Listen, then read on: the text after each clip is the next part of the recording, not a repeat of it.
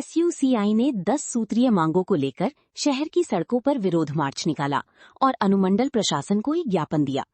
संगठन के अनुमंडल सेक्रेटरी सुजन पाल ने कहा कि अगर उनकी मांगें पूरी नहीं हुई तो वे आने वाले दिनों में एक बड़ा आंदोलन करेंगे। कुल 10 सूत्रीय मांगें।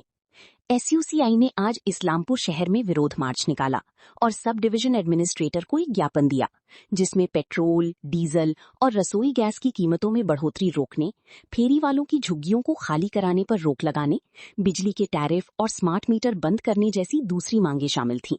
आज के हमारे एसयूसीआई कम्युनिस्ट दलेर तरफ থেকে গোটা রাজ্য জুড়েই মূলত যেভাবে আইনের তোয়াক্কা না করে গোটা দেশের সাথে পশ্চিমবঙ্গ নতুন যে বিজেপি সরকার গঠিত হয়েছে তারা বুলডোজার নিয়ে হকার উচ্ছেদে ঝাঁপিয়ে পড়েছে কোনো রকম পুনর্বাসন আলোচনা ছাড়াই।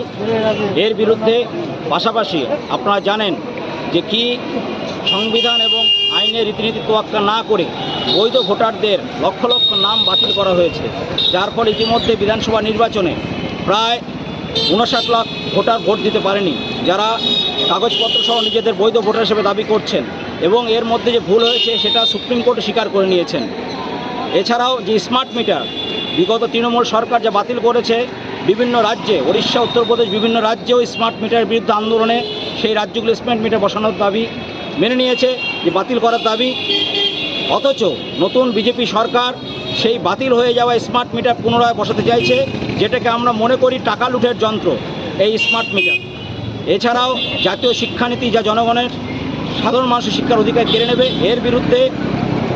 এর পাশে আপনারা জানেন প্রতিদিন প্রায় পেট্রোল, ডিজেল, রান্নার গ্যাস নিত্য প্রয়োজনীয় মূল্য বৃদ্ধি করছে। এই সমস্ত বিষয়গুলো নিয়ে গোটা রাজ্য জুড়ে আমাদের বিক্ষোভ মিছিল এবং জেলা শাসক, মহকুমা শাসকের নিকট আমাদের ডেপুটেশন দাবিপত্র আমরা পেশ করছি।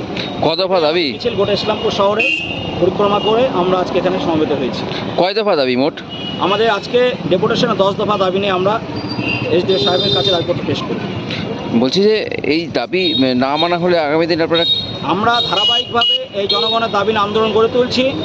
যে দাবিগুলি আমরা উল্লেখ করলাম এগুলো যদি মানা না হয় তাহলে আগামী দিনে আরও ব্যাপক এবং বৃহত্তর আন্দোলন এই রাজ্যের বুকে এবং দেশের বুকে গড়ে তোলা হবে।